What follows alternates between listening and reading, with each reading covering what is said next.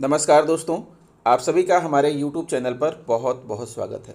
दोस्तों, मान सम्मान, उच्च पद, नेतृत्व क्षमता, अनुशासन, पराक्रम, साहस और उत्साह, स्वास्थ्य, राजसत्ता, वैभव, आत्मा एवं पिता के कारक ग्रह भगवान भुवन भास्कर सूर्य 15 जून को वृषभ राशि को छोड़कर मिथुन राशि में प्रवेश करने वाले हैं। सूर्य का मिथुन राशि में गोचर 15 जून 2023 को शाम 6:07 पर होगा, जब सूर्यदेव शुक्र के आधिपत्य वाली वृषभ राशि से बाहर निकलकर बुध के आधिपत्य वाली मिथुन राशि में प्रवेश करेंगे। यहाँ पर सूर्य महाराज लगभग 1 महीने तक विराजमान रहकर 16 जुलाई 2023 की प्रातः 4:59 चंद्रमा के आधिपत्य वाली कर्क राशि में प्रवेश कर जाएंगे। इस प्रकार मिथुन राशि में सूर्यदेव के रथ की गति मानव जीवन को अनेक रूपों में प्रभावित करती रहेगी। सूर्य सिंह राशि के स्वामी हैं और 9 ग्रहों के राजा माने जाते हैं। यह मेष राशि में उच्च अवस्था में माने जाते हैं, तो तुला राशि में आकर यह नीच राशि स्थित हो जाते हैं। चंद्रमा, मंगल और बृहस्पति इनके परम मित्र ग्रह हैं और बुध भी इनके लिए सम है। सूर्य अपनी रश्मियों से मानव जीवन को और अनेक जीवधारियों को जीवन प्रदान करते हैं। इनकी रोशनी से मिलने वाला प्रकाश जहाँ पौधों को जीवन देता है, तो मानव को भी अच्छी रोग प्रतिरोधक क्षमता प्रदान करता है।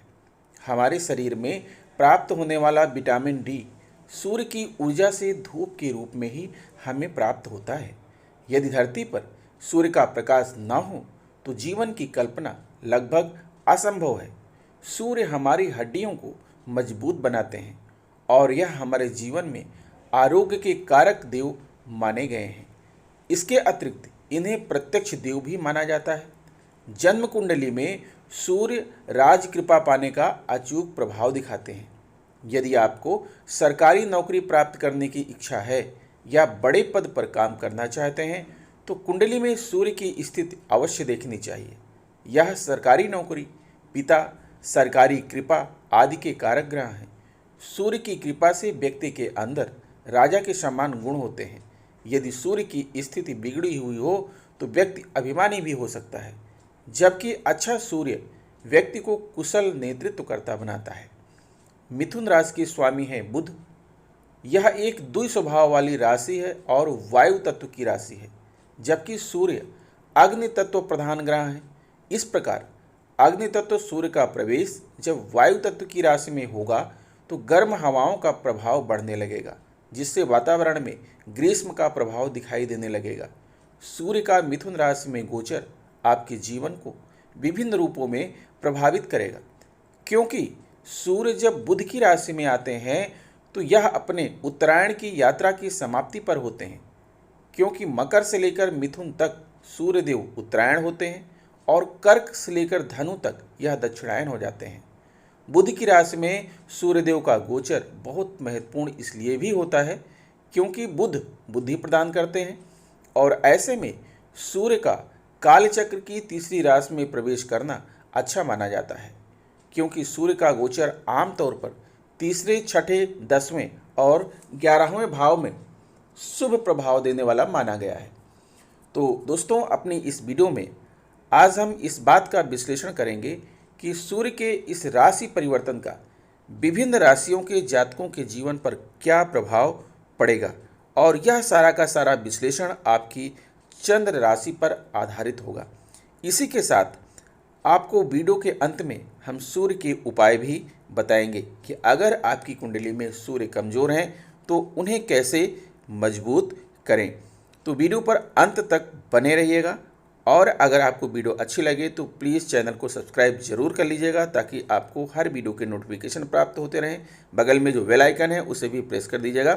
तो आइए विश्लेषण करते हैं कि विभिन्न राशियों पर सूर्य के इस राशि परिवर्तन का क्या प्रभाव पड़ने वाला है। प्रिय सिंह राशि वालों, 15 जून 2023 को भगवान भुवन भास्कर सूर्य आपकी कुंडली में एकादश भाव यानी लाभ के भाव में गोचर करने वाले हैं, जो कि यहाँ पर मिथुन राशि है और मिथुन राशि के स्वामी है बुध, और बुध से सूर्य की सममैत्री भाव है, तो बुध भी यहाँ पर सूर्य को बल प्रदान करेंगे। साथ ही जो है आप देख रहे हैं कि सूर्य से एकादश भाव में गुरु विराजमान है। सूर्य से एकादश भाव लाभ का भाव होता है और लाभ के भाव में गुरु विराजमान होने पर गुरु भी जो है सूर्य को बल प्रदान करेंगे। इसी के साथ यहाँ पर आपकी कुंडली के नवम भाव में गुरु विराजमान है और नवम भाव जो होता है वो होता है भाग्य का भाव। भाग्य के भाव में गुरु हैं और एकादश भाव में सूर्य हैं और आपके लग्न भाव के स्वामी सूर्य हैं, तो आपकी ज़िंदगी समझ लीजिए कि पलटने वाली है। तो सबसे पहले हम बात करते हैं कि सूर्य महाराज आपके लग्न भाव के स्वामी होकर के आपके एकादश भाव में विराजमान है। जैसा कि आप देख रहे हैं कि आपकी जो है राशि के स्वामी सूर्य हैं और कारक ग्रह गुरु हैं। दोनों का जो है आशीर्वाद आपको प्राप्त हो रहा है आपके लग्न भाव में। तो लग्न भाव जो होता है वो आपका व्यक्तित्व होता है, आपका स्वभाव होता है, आपका यश सुख मान सम्मान। यहाँ पर सूर्य भगवान आपको मान सम्मान पद प्रतिष्ठा दिलाएंगे और आपका स्वास्थ्य अच्छा रहेगा। चूँकि गुरु जो है विदेश के कारक होते हैं, तो देश या विदेश में आप जो भी निवेश करेंगे उसमें आपको अच्छा फल प्राप्त होगा। कार्य की ओर आपका झुकाव होगा। सूर्य कारक होते हैं शासन प्रशासन राज सत्ता वैभव की तरफ, तो आपकी ज़िंदगी जो है बिल्कुल राजाओं की जैसी रहेगी। अगर आपका जो है राजनीति में अगर आप कैरियर बनाना चाहते हैं, उच्च शिक्षा लेना चाहते हैं, लंबी यात्राएं देशाटन करना चाहते हैं, विदेशी संपर्क रखना चाहते हैं, शत्रुओं पर विजय प्राप्त करना चाहते हैं, तो इस सारे क्षेत्रों में जो है सूर्य और गुरु मिलकर के आपको सफल बनाएंगे। इसी के साथ पिता के भाग्य से स्वयं के प्रयासों से आप धन अर्जित करने में भी सक्षम होंगे और उस धन का संचय भी करेंगे। राज सिंहासन जैसा सुख भोग करेंगे आप। आपके बच्चों का भाग्य उन्नति होगा। और साथ में जो है आपको यह भी बता दें कि अगर आप छात्र हैं और छात्रावास में रह रहे हैं, तो छात्रावास का जीवन आपका सुखमय हो जाएगा, क्योंकि गुरु और सूर्य, गुरु जो है वो ग्रहों के राजा हैं, सूर्य जो है ग्रहों के राजा हैं और गुरु जो है वो देवताओं के गुरु हैं। तो राजा और गुरु जहाँ पर एक साथ दोनों मिल जाएं, अर्थात यहाँ पर गुरु को महामंत्री भी कहा जाता है, राजा और महामंत्री जहाँ पर एक साथ मिल जाएं, वहाँ पर कहना ही क्या, यानी हर क्षेत्र में आपको सफलता प्राप्त होगी। यहाँ आप देख रहे हैं कि सूर्य भगवान आपके एकादश भाव में विराजमान है।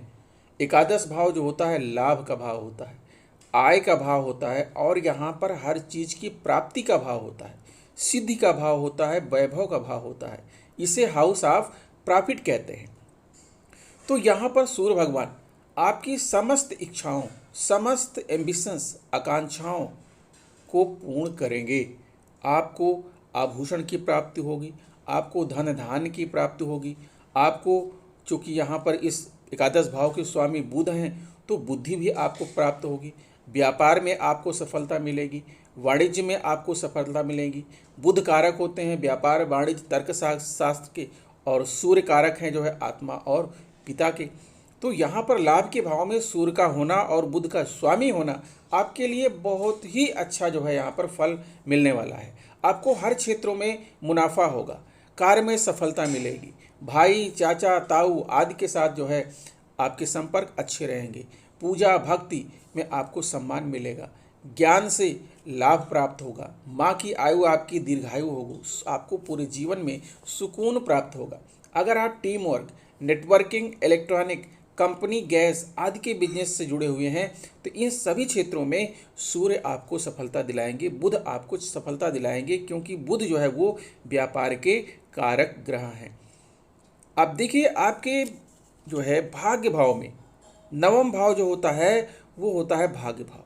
भाग्य भाव में गुरु का विराजमान होना, भाग्य भाव के गुरु जो है आप समझ लीजिए कि यहाँ पर मेष राशि है और मेष राशि में जो है गुरु की यहाँ पर मित्रता है।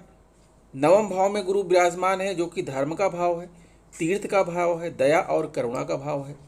गुरु के यहाँ रहने से आपके मन में आध्यात्मिक झुकाव होगा, पिता और गुरु के प्रति आपके मन में श्रद्धा उत्पन्न होगी, उनसे आपके संबंध अच्छे होंगे, आप धार्मिक और लंबी यात्राएं करने में सफल होंगे, विदेश यात्रा के योग बन रहे हैं। अगर आपके मन में विदेश जाने की बात आ रही है तो आपके लिए यह काल बहुत ही उचित है।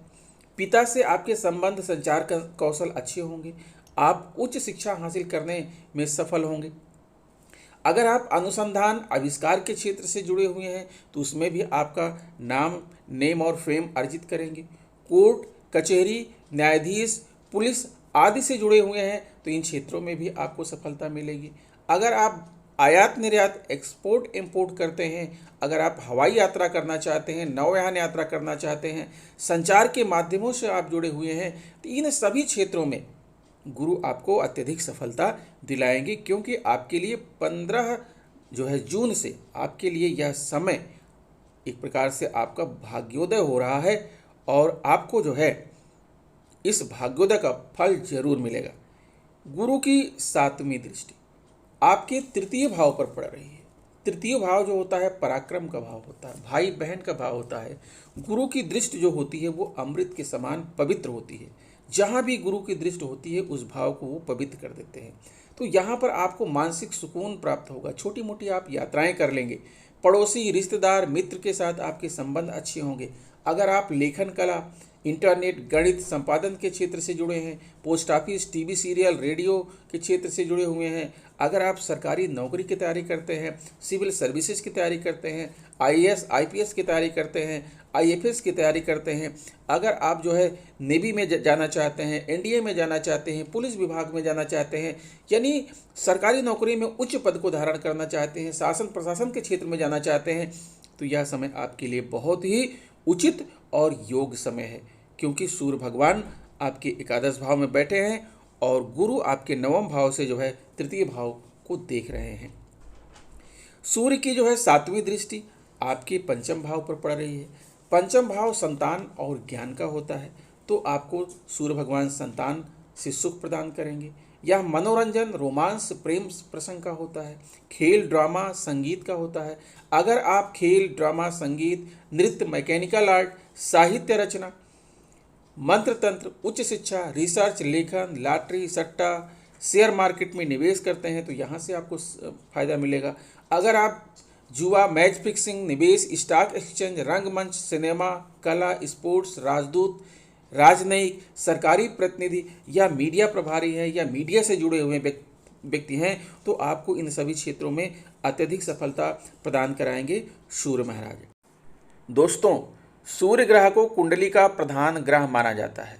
सूर्य को दिन का राजा कहा गया है।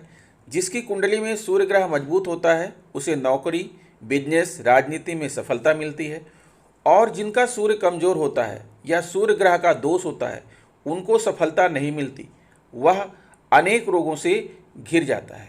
ज्योतिष शास्त्र में सूर्य ग्रह को मजबूत करने के लिए कई उपाय बताए गए हैं, जिनको अपनाकर आप भी नौकरी, बिजनेस में सफलता प्राप्त कर सकते हैं।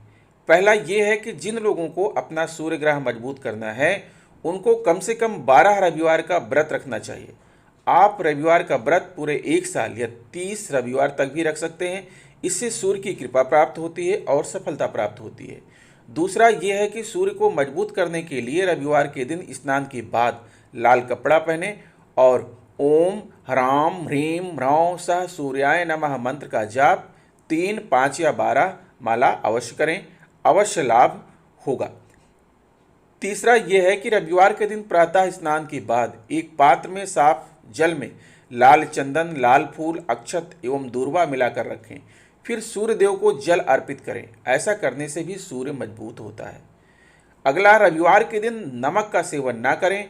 खाने में दलिया, दूध, दही, घी, चीनी, गेहूं की रोटी का सेवन करें। नेक्स्ट है, रविवार का व्रत करने से सूर्य शुभ फल देता है, शारीरिक कष्ट दूर होता है, आरोग्य प्राप्त होता है, मुखमंडल पर तेज बढ़ता है। जिनका सूर्य कमजोर होता है उनको लाल और पीले रंग का वस्त्र, गुड़, सोना, तांबा, माणिक्य, गेहूं, लाल कमल, मसूर दाल, गाय आदि का दान करना चाहिए। सूर्य के लिए आप रत्न माणिक्य धारण कर सकते हैं। इसकी पहचान के लिए किसी अच्छे ज्योतिषाचार्य की मदद ले सकते हैं। आप सूर्य के उपरत्न तांबड़ा, लालड़ी या सूर्यकांत मणि भी पहन सकते हैं। सूर्यदेव को प्रसन्न करने के लिए आप आदित्य हृदय स्तोत्र का पाठ करें। इस दिन आप गायत्री मंत्र का जाप भी कर सकते हैं। अगला है कि सूर्य ग्रह को मजबूत करने का आसान उपाय है रविवार को गौ सेवा करना। रविवार के दिन गाय को रोटी खिलाएं, मछलियों को आटे की गोलियां डालें और चींटियों को चीनी डालें।